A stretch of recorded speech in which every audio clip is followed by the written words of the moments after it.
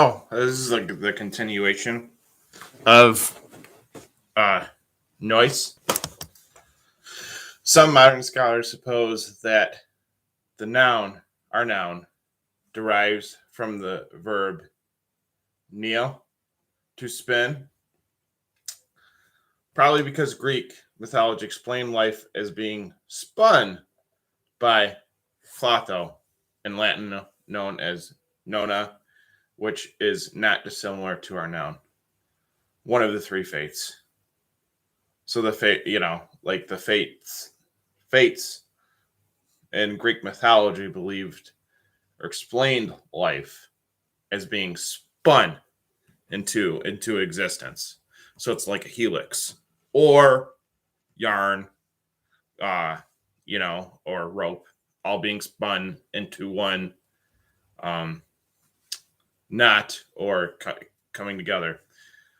This verb itself is a specialization of the verb nail, to flow or overflow, from which in turn come the nouns, naus,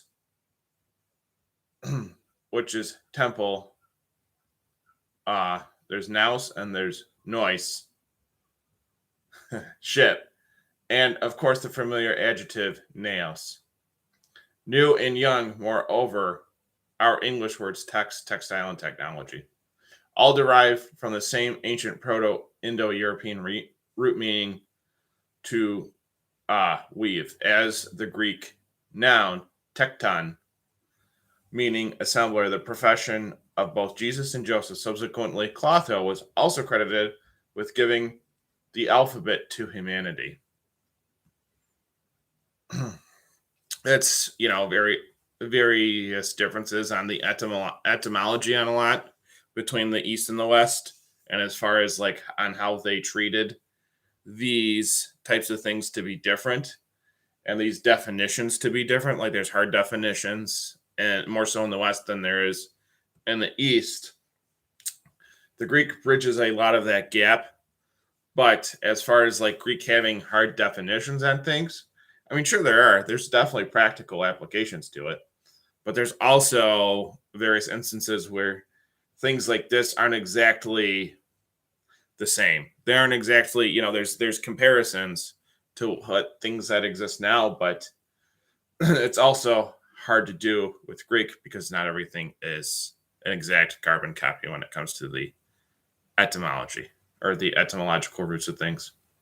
The problem with all this is that even in Greek thought, the sovereignty of the mind is difficult to reconcile with the supremacy of the fates. And a second problem comes with the obvious Proto-Indo-European pedigree of other words with which the Greeks contemplated man's cognitive and reasonable faculties. The verb looks like gινωσκω, to know, comes from the pi root non, to know. The noun looks like sushi. Sushi. So it's not sushi. Psych, suk, something like that. Mind your soul comes from the pi root base, to breathe, in. The noun pneuma, spirit, comes from the pi root noi,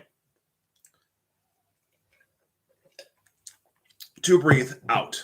All this suggests that Greek contemplation on cognition was a continuation of the more ancient pi tradition, in precisely the same way that our Western philosophy of reason is based on the Greek tradition. So just there, the Greek thought, the Greek tradition, the way they think, the way these etymological roots kind of came together and weaved together is how that part of it is the same.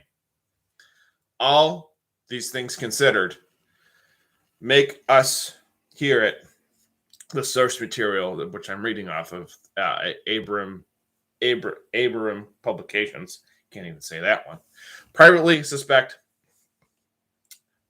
that our noun nois may have been rooted in the Proto-Indo-European root nas, nas,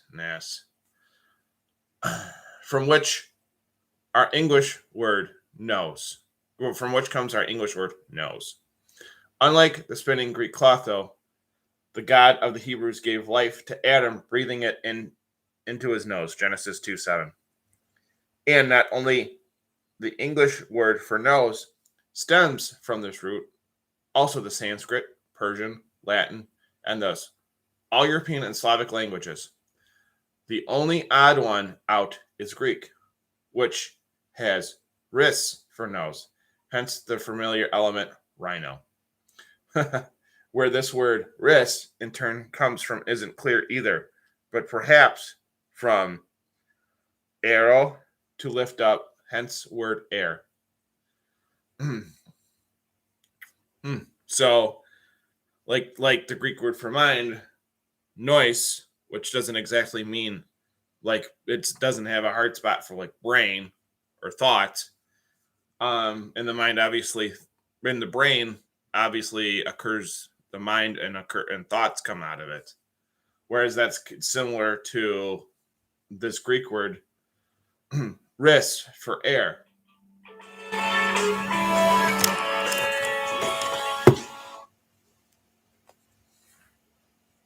And that's the end of that for now.